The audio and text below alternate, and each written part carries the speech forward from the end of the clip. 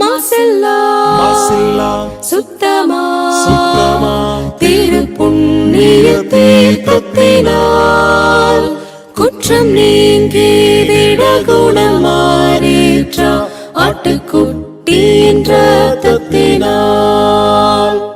மாசில்லா சுத்தமா திருப்புண்ணிய தீர்த்தத்தினால் குற்றம் நீங்கி விட குணமாறேற்ற ஆட்டுக்குட்டியின் இரத்தத்தினால்.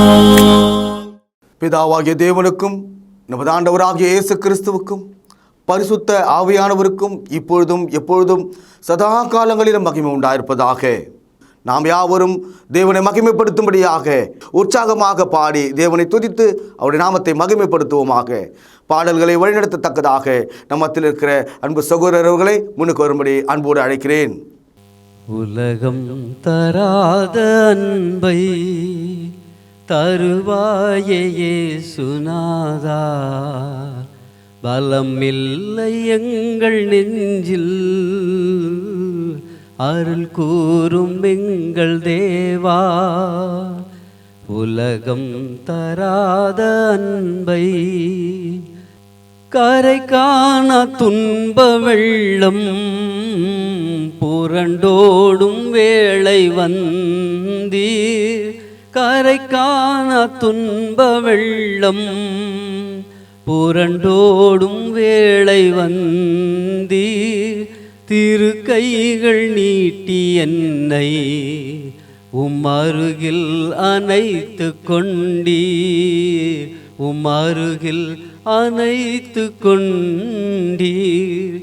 உலகம் தராத அன்பை தருவாயே இயேசுநாதா, பலம் இல்லை எங்கள் நெஞ்சில், அருள் கூறும் எங்கள் தேவா.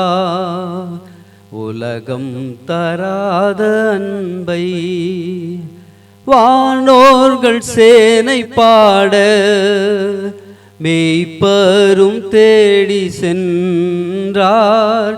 வானோர்கள் சேனை பாட மெய்ப்பரும் தேடி சென்றார். மாதேவன் மீட்பு தந்தார், நான் என் செய்வேன் இயேசுநாதா. என் உள்ளம் உம் சொந்தம் தேவா. உலகம் தராத அன்பை தருவாயே இயேசுநாதா, பலம் இல்லை எங்கள் நெஞ்சில்,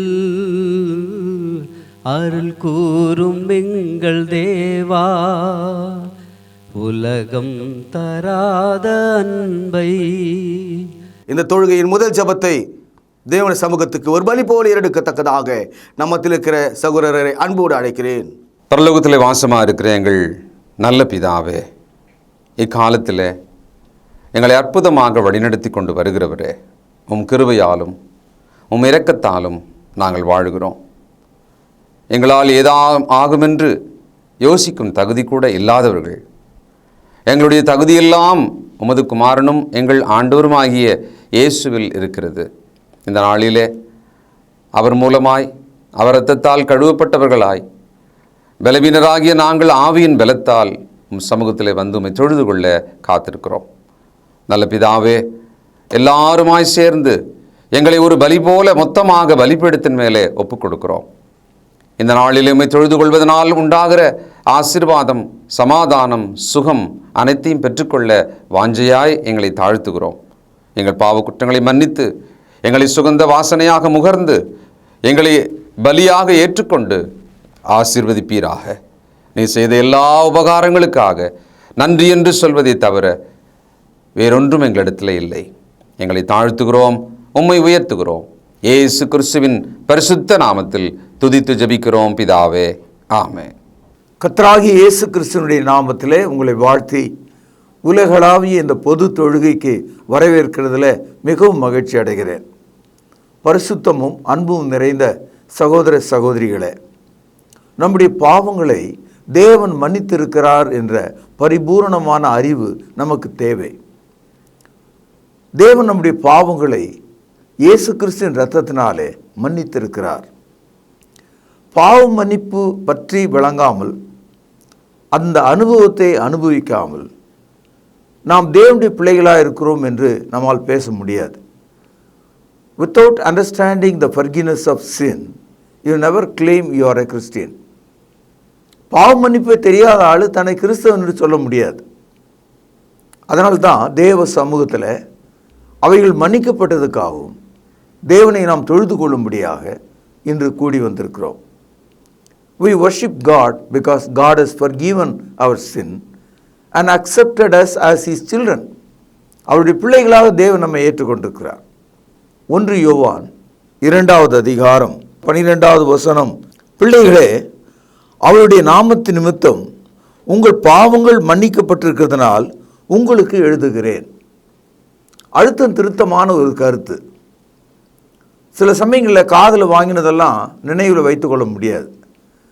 ஆனால் எழுதி நம்மிடத்தில் கொடுக்கப்பட்டிருக்குமானால் அதை நாம் திரும்ப திரும்ப படித்து அதை நாம் தெரிந்து கொள்ள முடியும். தேவன் தமது வார்த்தைகளை பழைய ஏற்பாட்டு காலத்தில் கற்பலைகள் எழுதி இஸ்ரவேலர்களுக்கு கொடுத்தார். புதிய ஏற்பாட்டு காலத்தில் தேவன் தமது ஆவினாலே தோல் சுருளாக எழுதப்பட்ட வசனங்கள் இன்றைக்கு நம்முடைய மொழியில் அச்சடிக்கப்பட்ட வேத புத்தகமாக இருக்கிறதற்காக நாம் கடவுளுக்கு நன்றி செலுத்துகிறோம். இன்றைக்கு 1 யோவான் 2 அதிகாரம் 12வது வசனம் என்று நாம் எடுத்து படிக்கும்போது, இயேசு கிறிஸ்துவினுடைய இரத்தத்தினாலே நம்முடைய பாவங்கள் மன்னிக்கப்பட்டு இருக்கிறது. அவர் சின்ஸ் வேர் ஃபர்கிவன். மன்னிக்கப்பட்டிருக்கிறது என்பது கடந்த காலம், பாஸ்ட் டென்ஸ். ஆகவே நம்முடைய பாவங்களை இன்றைக்கும் நாம் தேவ சமூகத்தில் அறிக்கையிட்டு மன்னிப்பை நாம் தேட வேண்டும். கடந்த காலத்தில் மன்னித்தவர் இன்றைக்கும் நம்மை மன்னிக்கிறார். சகோதரர்களே, இன்றைக்கு ஒரு முக்கியமான செய்தியை இந்த தொழுகையில் நான் உங்களுக்கு சொல்ல விரும்புகிறேன். பாருங்கள், 1 யோவான் 2 அதிகாரம் 2வது வசனம். உங்கள் கையில் ஒரு பேனா இருக்குமானால் அடிக்கோடு இடுங்கள். நம்முடைய பாவங்களை நிவர்த்தி செய்கிற கிருபாதார பலி அவரே. நம்முடைய பாவங்களை மாத்திரமல்ல, சர்வலோகத்தின் பாவங்களையும் நிவர்த்தி செய்கிற பலியாயிருக்கிறார். இந்த ஒரு வசனத்தில் அடுக்கப்பட்டிருக்கிற சொல்லை நீங்கள் கவனித்து பார்க்க வேண்டும். கிறிஸ்தவம் உலகளாவிய மார்க்கமாக இருக்கிறது. இந்த வசனத்தில் சர்வலோகம் என்ற ஒரு வார்த்தை பார்க்கிறோம். ஆங்கிலத்தில் ஹோல் வேர்ல்டு. அப்படியானால் கிறிஸ்தவம் என்பது ஏதோ ஒரு எல்லைக்குள்ளே அடைக்கப்பட்டு இல்லை. எல்லா உலகத்திலும் மனிதர்களுக்கு பாவ மன்னிப்பை போதிக்கிறதாக இருக்கிறது. அதனால்தான் நம்முடைய நாட்டில் நாம் வலிந்து போய் கிறிஸ்துவனுடைய இரத்தத்தை குறித்து ஜனங்களிடத்தில் பேசுகிறோம், பாவ மன்னிப்பை குறித்து பேசுகிறோம். ஆனால் நம்ம நாட்டில் இதை மதமாற்றம்னு சொல்லி ஒரு முத்திரை குத்தி அவமானப்படுத்தி நம்ம இந்த நாட்டை விட்டு வெளியேற்றணும்னு இந்த மக்கள் நினைக்கிறாங்க. அது மிகவும் தவறு. இந்த இடத்துல மதமாற்றம் என்ற சொல்லுக்குள்ள எது இருக்குதுன்னா, மனிதனுடைய பாவ மன்னிப்பு இருக்கிறது. பாவம் செய்யாத மனிதனே இல்லை. பாவத்தின் சம்பளம் மரணம். அப்படியானால் பாவ மன்னிப்பு நமக்கு தேவை. We need forgiveness of sin in our life. அதனால தான் இயேசு கிறிஸ்து மத்தேயு 11 அதிகாரம் 28வது வசனத்தில் சொல்கிறாரு, வருத்தப்பட்டு பாரம் சுமக்கிறவர்களே, நீங்கள் எல்லாரும் என்னிடத்தில் வாருங்கள், நான் உங்களுக்கு இளைப்பாறுதலை தருவேன் என்றார். மூல மொழியில் வருத்தப்பட்டு பாவ பாரங்களை சுமக்கிறவர்களே என்று தான் இருக்கிறது. நாம் ஒவ்வொருவரும் பாவத்தை சுமந்து கொண்டிருக்கிறோம். சிறு வயதில் நன்மை தீமை என்ற ஒரு நாள் வந்தபோது, எப்பொழுது நன்மைக்கு விரோதமாக தீமை செய்தோமோ அதுதான் முதல் பாவம். அன்றையிலிருந்து நம்முடைய பாவமானது வட்டியும் முதலுமாக அது வளர்ந்து கொண்டே இருக்கிறது. பாவ மன்னிப்பு தேடாத மனிதன் எப்படி ஒரு பலூன் திடீர்னு ஒரு ஊசி முனையில் குத்தப்படும் போது அது வெடித்து விடுகிறதோ அவ்விதமாக அவனுடைய ஆத்மா மரணத்தில் வெடித்து விடும். பெரும் மூட்டையாக இருக்கிறது. அவன் மேலே 10,000 கிலோ வைத்தா நசுங்கி அவன் செத்து போயிடுவான். நம்முடைய பாவங்கள் நம்மை அந்த மாதிரி தான் அழுத்தி வைத்திருக்கிறது. இயேசு கிறிஸ்து வருத்தப்பட்டு பாவ பாரங்களை சுமக்கிறவர்களே, நீங்கள் எல்லாரும் என்னிடத்தில் வாருங்கள்.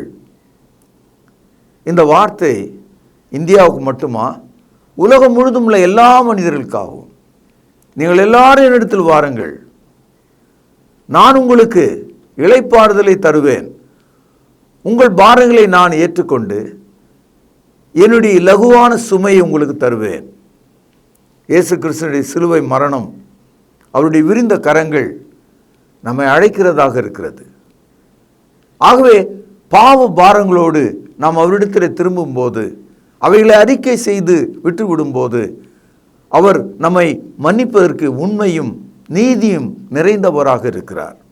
1 யோவான் 2வது அதிகாரம் 2வது வசனம், நம்முடைய பாவங்களை நிவர்த்தி செய்கிற கிருபாதார பலி. இந்த நிவர்த்தி செய்கிற என்ற அந்த சொல்ல நீங்கள் கவனிக்கணும். ஆங்கிலத்தில் ப்ரொபோசியேஷன் என்ற ஒரு வார்த்தை அது. இந்த ப்ரொபோசியேஷன் என்ற வார்த்தை ஆங்கிலத்தில் மிகவும் ஆழமான அர்த்தம் உள்ள ஒரு சொல். அதை தான் தமிழில் நிவர்த்தி என்று வந்திருக்கிறது. அதாவது சட்டத்தின் கீழே நீங்கள் குற்றவாளி இல்லை என்று நீதிமன்றம் தீர்ப்பளிக்குத, அப்படிப்பட்ட ஒரு சொல் அது. நிவர்த்தி அப்படின்னா அதற்கு ஈடாக ஏதோ ஒன்று செலுத்தப்பட்டது என்று பொருள். இந்த சொல்லுக்கு தமிழில் பல சொற்கள் இருக்குது. உதாரணமாக மக்கள் மத்தியில் தோஷம்னு ஒரு சொல் இருக்குது. அப்படின்னா என்ன அர்த்தம்? நம்மை பிடித்திருக்கிற ஏதோ ஒன்றிலிருந்து நாம் விடுதலை ஆகணும், அந்த தோஷத்தை நிவர்த்தி செய்யணும். அதே போல் பாருங்கள், ஒரு ஆண் பெண் வாழ்க்கையில் அவர்களுக்கு ஒரு நிவர்த்தி நடக்கிறது. அதை சாந்தி என்ற ஒரு சொல்லால் மக்கள் பயன்படுத்துகிறாங்க. அதே போல் சமுதாயத்தில் பார்த்தீங்கன்னா குடும்ப வாழ்க்கையில் ஆண் பெண், தாய் தகப்பன், நிலம் நீச்சுகள், வியாபாரங்கள், இதில் ஒரு வார்த்தை பயன்படுத்துகிறோம், பரிகாரம். இதுவும் கூட அந்த நிவர்த்தி என்ற சொல்லினுடைய வேர் சொல் தான் அது. அதாவது நிவர்த்தி என்பதை சாந்தி என்று சொல்கிறோம், பரிகாரம் என்று சொல்கிறோம், தோஷம் என்று சொல்கிறோம். இந்த சொற்கள் நம்மிடத்திலிருந்து பெறுகிற ஒரு நிவர்த்தியாகிய விடுதலை பற்றி பேசுகிறது. இப்போ பாவம் நிவர்த்தி செய்யப்பட வேண்டும், அல்லது பாவத்திற்கான பரிகாரம் நமக்கு உண்டாக வேண்டும். பாவத்தினாலே கோபம் அடைந்த தேவன் சாந்தி அடைய வேண்டும்.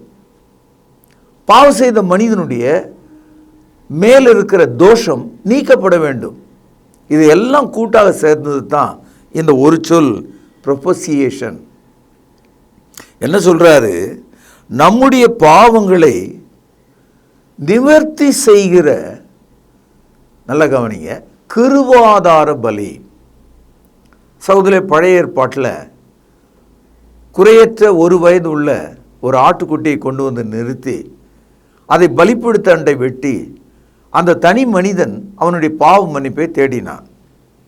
அதற்காக அவன் ஒரு இளங்காளையோ அல்லது ஒரு ஆட்டையோ அவன் தேர்ந்தெடுப்பான். எபிரேயர் 9வது அதிகாரம் 12வது வசனம். இளங்காளை, ஆட்டுக்குட்டி இவைகளின் இரத்தத்தினால் அல்ல. இப்பொழுது தேவன் நமக்கு கிறிஸ்துவனுடைய பலியினாலே, கிருபாதார பலி என்று கிறிஸ்துவனுடைய பலியை தேவன் அழைக்கிறார். இந்த கிருபாதார பலியை ஆங்கிலத்தில் மொழிபெயர்க்க தந்தா த சாக்ரிஃபைஸ் ஆஃப் கிரேஸ், கிருபாதார பலி என்று சொல்கிறார். பழைய ஏற்பாட்டு காலத்தில் பலிகள் ஒரு ஆடு மாட்டிலிருந்து தேர்ந்தெடுக்கப்பட்டது. அதை கிருபாதார பலின்னு சொல்ல முடியாது. ஆனால் இயேசு கிறிஸ்து நம்முடைய வாழ்க்கையில் தேவனால் கொடுக்கப்பட்ட கிருபாதார பலியாக இருக்கிறார். யோவான் எழுதிய சுவிசேஷம் 1வது அதிகாரம் 29வது வசனத்தில் யோவான் ஸ்நானகன் இயேசு கிறிஸ்து வருவதை பார்த்து இப்படி சொன்னான், இதோ உலகத்தின் பாவத்தை சுமந்து தீர்க்கிற தேவ ஆட்டுக்குட்டி என்று சொன்னான்.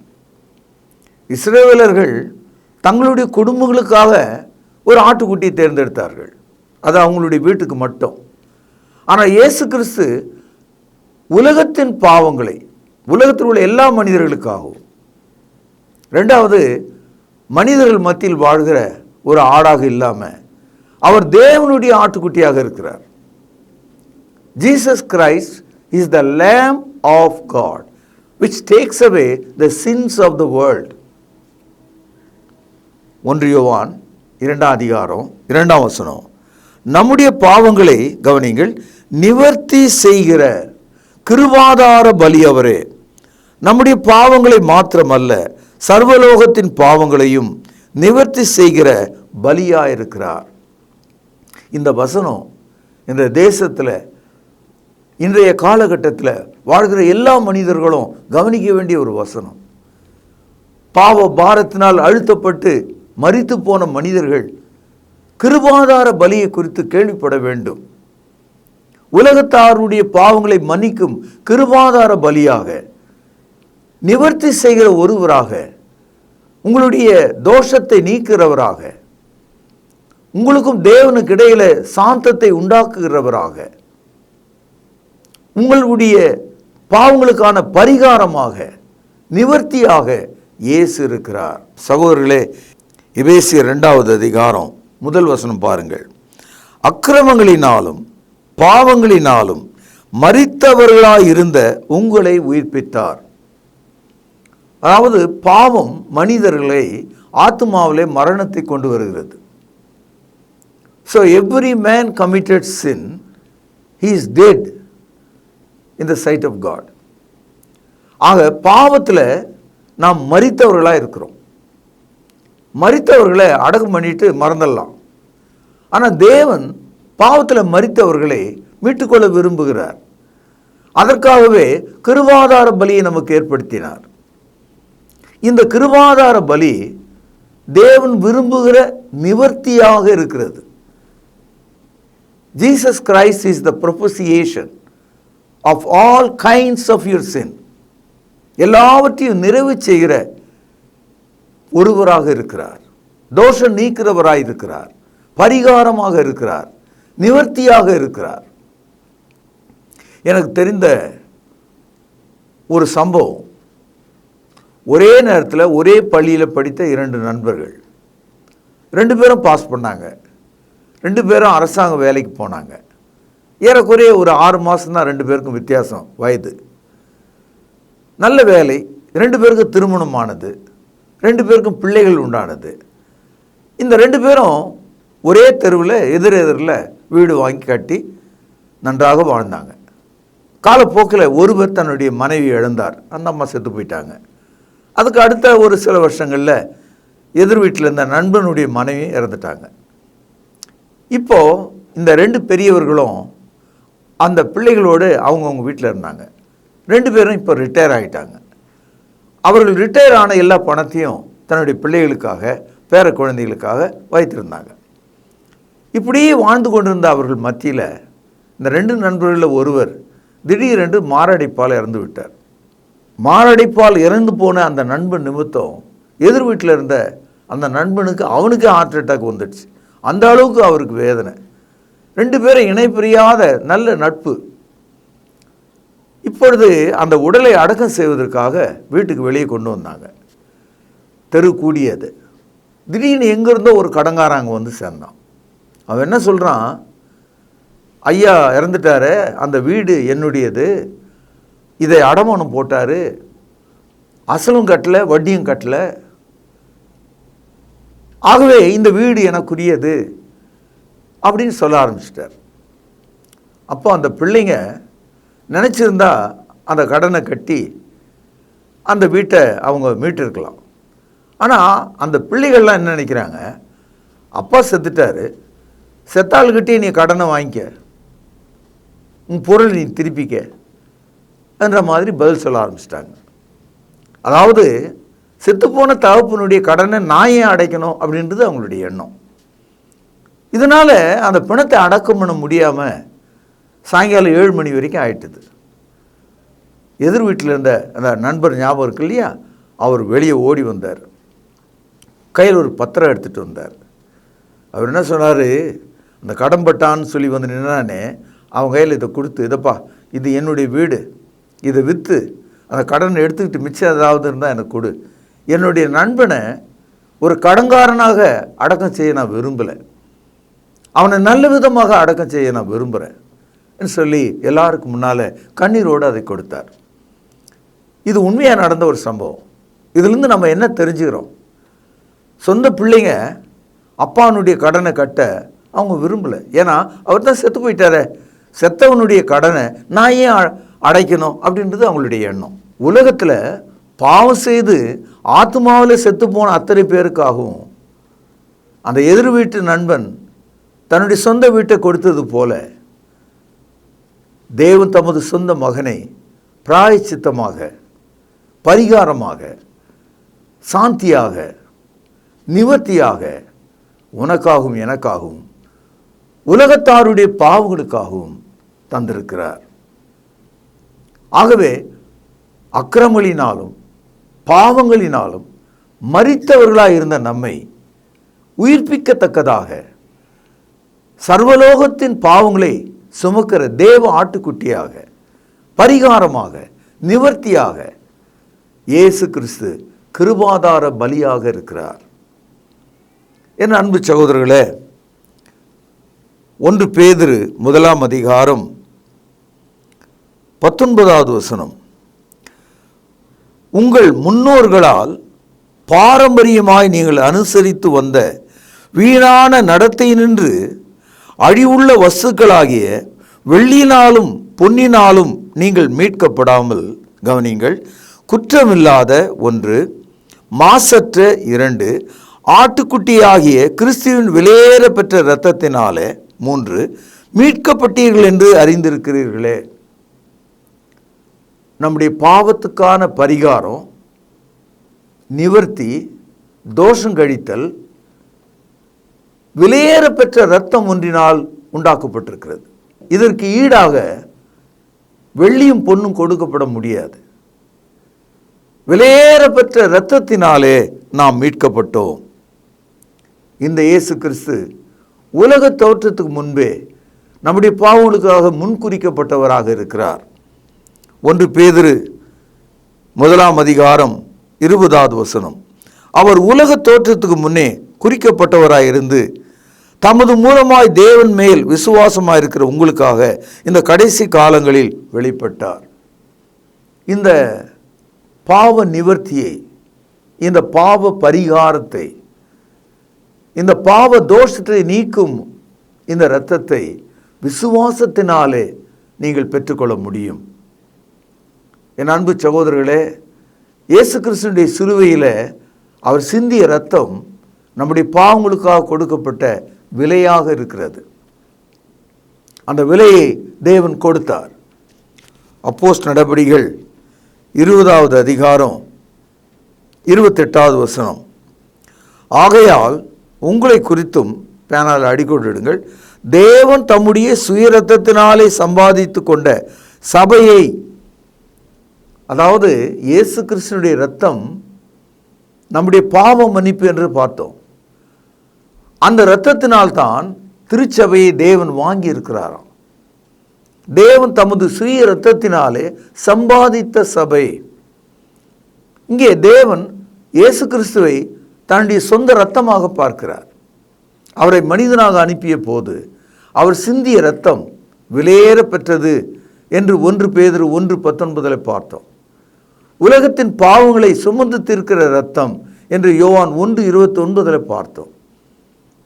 இந்த இரத்தம், குற்றமற்ற இந்த இரத்தம் நம்முடைய பாவங்களை நிவர்த்தி செய்கிற கிருபாதார பலி என்பதை அறிந்து நீங்கள் இந்த நாளிலே உங்கள் பாவங்கள் மன்னிக்கப்பட்டதை நினைத்து அவருக்கு மகிமை கனத்தை செலுத்தும்படி இந்த தொழுகையிலே கூடி வாருங்கள். கர்த்தராகிய இயேசு கிறிஸ்துவின் கிருபை உங்கள் அனைவரோடும் இருப்பதாக பிரார்த்தனை செய்வோம். மகா பரிசுத்த நிறைந்த தகப்பனே, உலக தோற்றத்துக்கு முன் குறிக்கப்பட்ட தேவ ஆட்டுக்குட்டியாகிய எங்கள் ஆண்டவர் இயேசு கிறிஸ்து கிருபாதார பலி என்றும் எங்கள் பாவங்கள் நிமித்தம் அவரை நிவர்த்தி செய்கிறவர், அவரை மன்னிக்கிறவர் என்பதை இப்பொழுது நாங்கள் அறிக்கையிடுகிறோம். உம்மை துதிக்கிறோம், ஸ்தோத்திரிக்கிறோம். அந்த இரத்தத்தினாலே நீர் எங்களை மீட்டு கொண்டதுக்காக உம்மை துதிக்கிறோம், ஸ்தோத்திரிக்கிறோம். கேட்ட யாவரையும் ஆண்டவரே சமாதானம் தந்து முது பிள்ளைகளாக அவர்களை மீட்டுக்கொள்ளும். ஆண்டவர் இயேசுவின் நாமத்திலே மன்றாடுகிறேன், பரிசுத்த நிறைந்த எங்கள் நல்ல பிதாவே, ஆமேன். கர்த்தருடைய பந்தியிலே பங்கு கொள்ளும்படி நம்மை நாமே ஆயத்தப்படுத்துவோம்.